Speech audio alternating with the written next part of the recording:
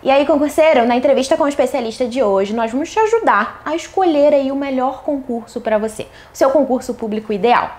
Se você é desses que leva em consideração apenas a questão estabilidade e remuneração, saiba que existem outros fatores que você precisa analisar também. Algumas questões pessoais, a sua vocação também precisa ser levado em consideração. Os seus sonhos, as suas aspirações na vida. E é por isso que hoje a gente vai te dar algumas dicas aí para você poder fazer uma análise pessoal, para você tentar identificar o seu concurso público ideal. Lembrando que é ótimo se você puder buscar uma ajuda profissional para fazer uma análise individual sua. Mas a nossa especialista de hoje aqui vai dar dicas muito boas para você já começar aí a fazer essa reflexão sobre você.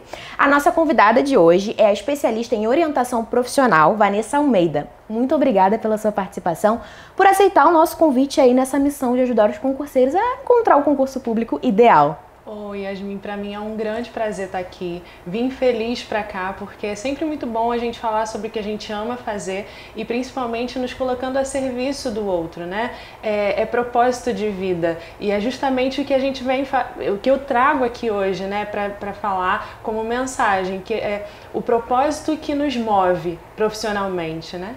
Sim, com certeza. Precisa levar essas questões em consideração, Sim. né?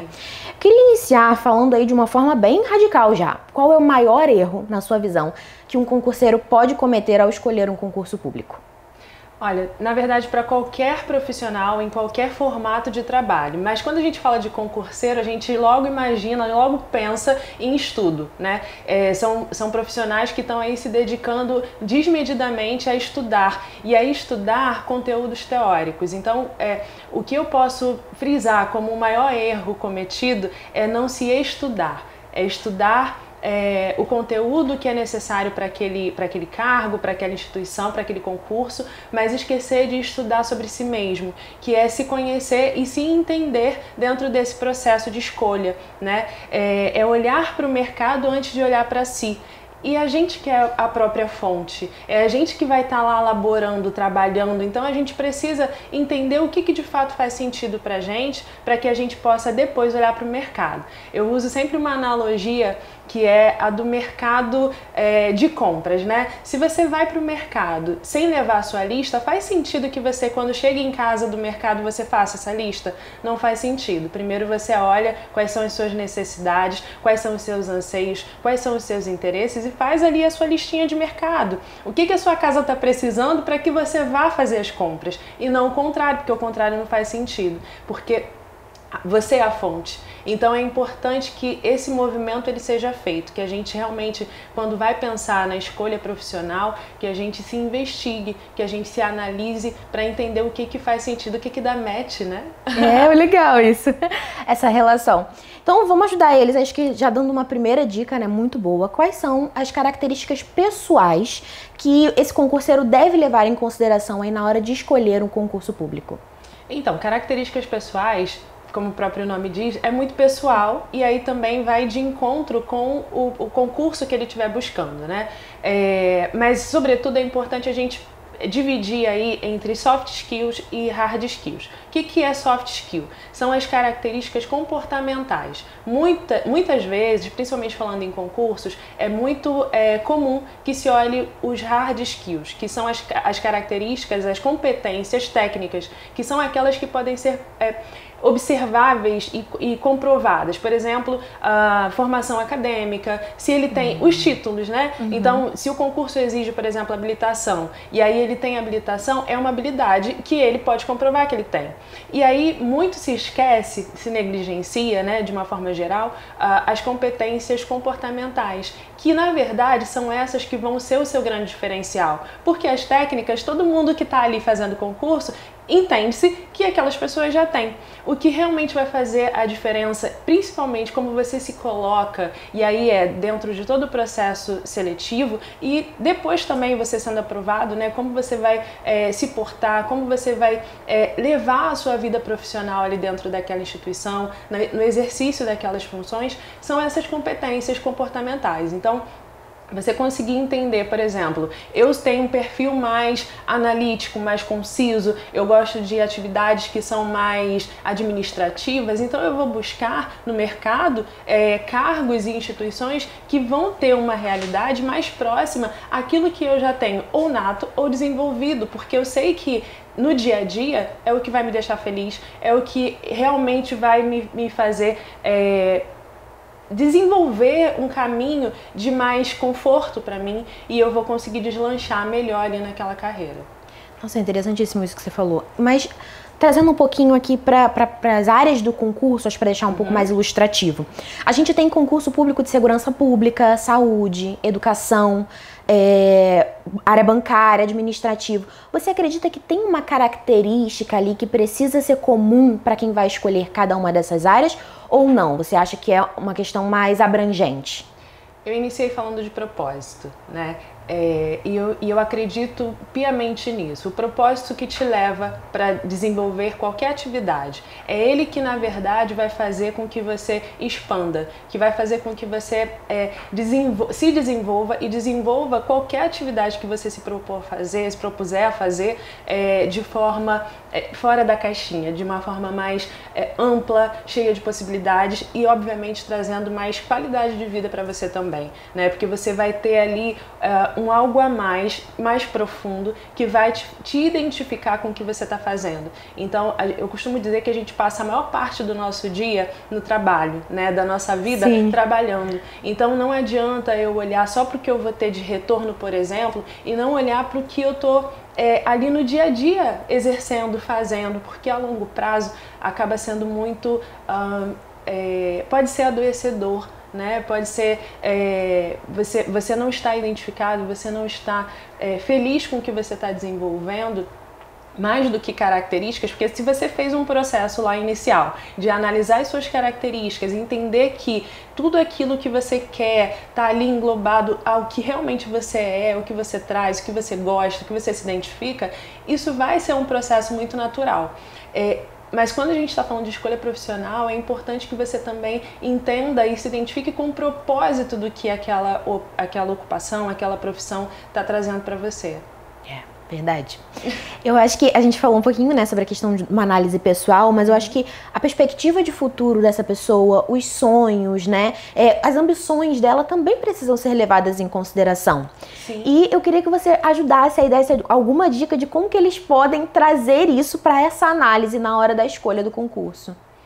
Olha, o processo de orientação profissional, ele tem algumas etapas e uma das etapas, um dos grandes pilares da escolha profissional é o planejamento. Então, quando você entende quais são os seus interesses, quais são os seus sonhos, é importante que você trace um planejamento para que você vá para a ação de forma assertiva, para que as coisas não se percam. Quando a gente fala de concurso, não necessariamente, né, a gente sabe que tem pessoas que buscam o concurso público por conta, não como um fim, mas como um meio de adquirir de se realizar, né, profissionalmente, de alcançar outros sonhos, outros objetivos, mas independente se é um meio ou se é um fim, no sentido de a carreira dos meus sonhos, é isso que eu quero fazer para o resto da vida, é importante que você tenha a consciência de como que você vai realmente traçar a sua carreira, ter autogestão da sua carreira. Então, quando você faz esse planejamento estratégico,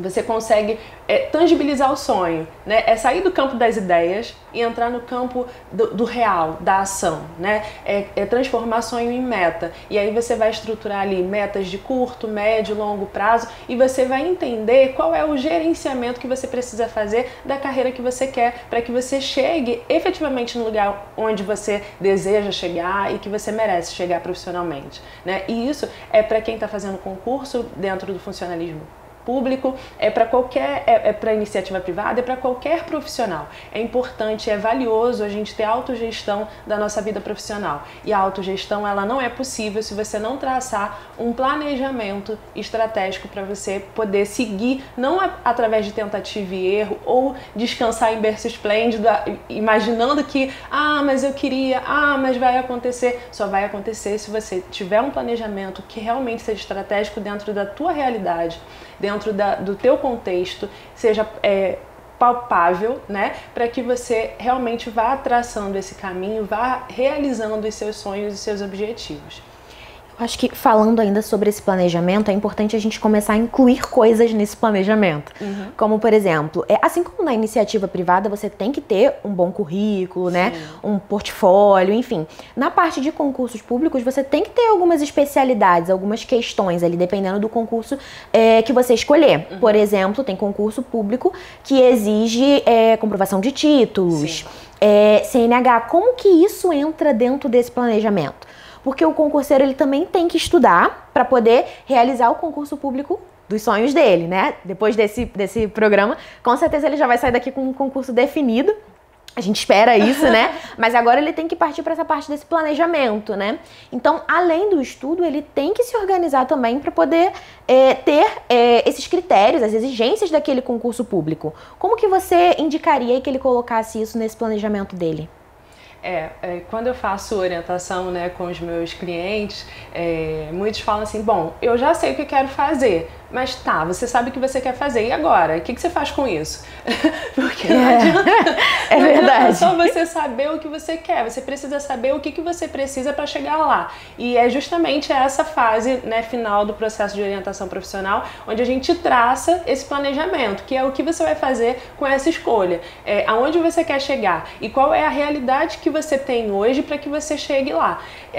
Então a gente começa a realmente incluir ali algumas habilidades. Quando a gente fala de hard skill, que são as habilidades técnicas, você, quando está fazendo a sua pesquisa de mercado, você já entendeu que você tem algumas daquelas habilidades, daqueles requisitos para você se candidatar àquela vaga. Outras habilidades, outros requisitos você vai ter que correr atrás. Então você precisa entender se você tem tempo hábil para isso, ou se não tem tempo hábil para esse próximo concurso, quanto tempo em média que de repente vai abrir um próximo para que você adquira, né, aquelas competências, aqueles títulos, enfim, para que você esteja de fato preparado. E aí planejamento inclui a gente olhar prazo, né?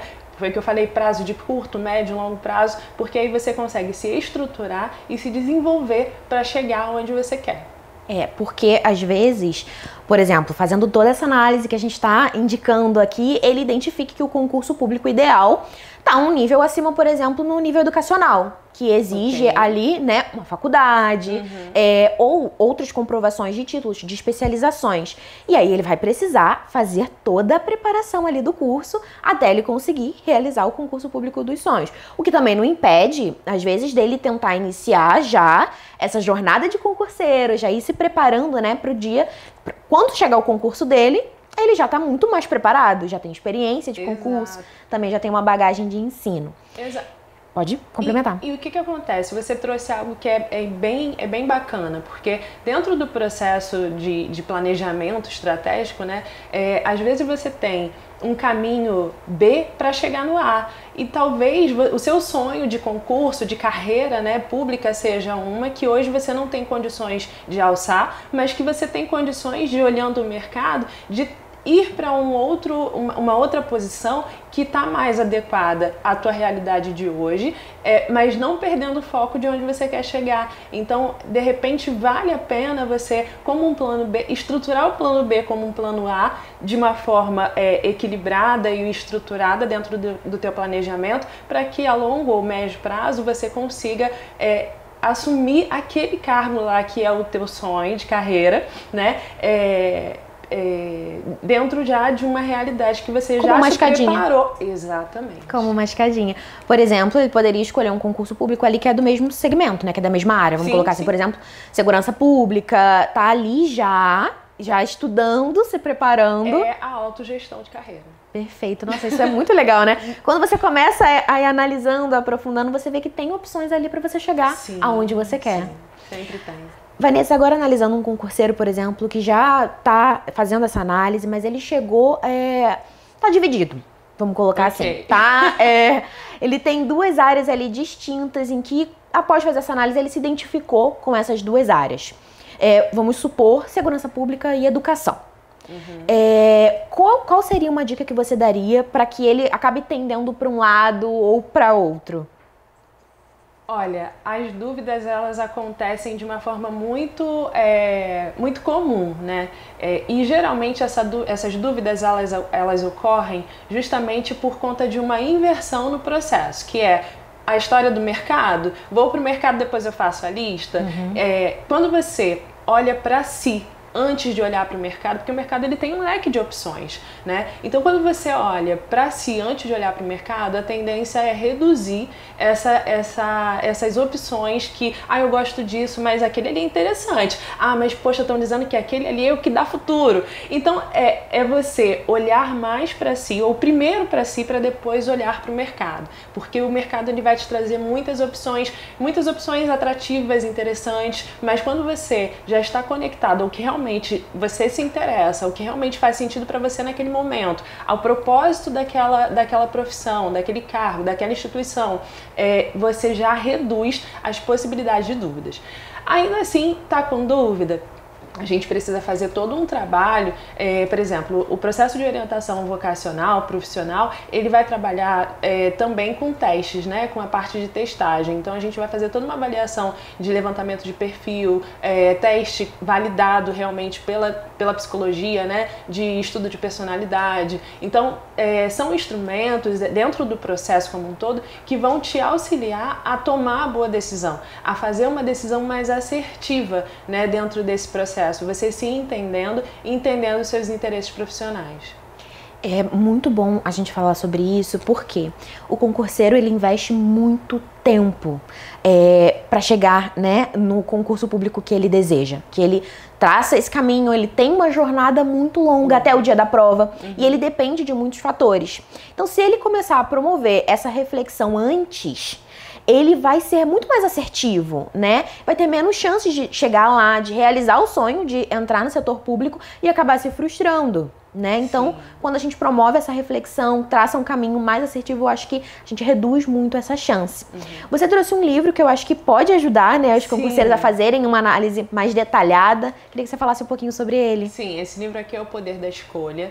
Eu sou coautora desse livro e ele é para quem... Porque eu sei que nem todo mundo tem hoje a possibilidade de fazer ter uma assistência, né, profissional mesmo, de um processo de orientação. E o livro ele pode ser um caminho alternativo, né, e introdutório para que as pessoas comecem a se entender dentro do processo de escolha, porque de fato fazer uma escolha profissional ela tem vários fatores ali envolvidos, né? E aí obviamente em set terapêutico, que não é uma terapia necessariamente, a gente está ali num trabalho focado para a escolha profissional, mas quando a gente consegue fazer esse processo, a gente está olhando caso a caso. E aí o livro, ele pode te dar um panorama de todo esse contexto que engloba a escolha profissional, para que você comece a pensar em outras coisas que estão influenciando a sua escolha. E aqui tem ingredientes, né, de como que você faz uma escolha assertiva. Também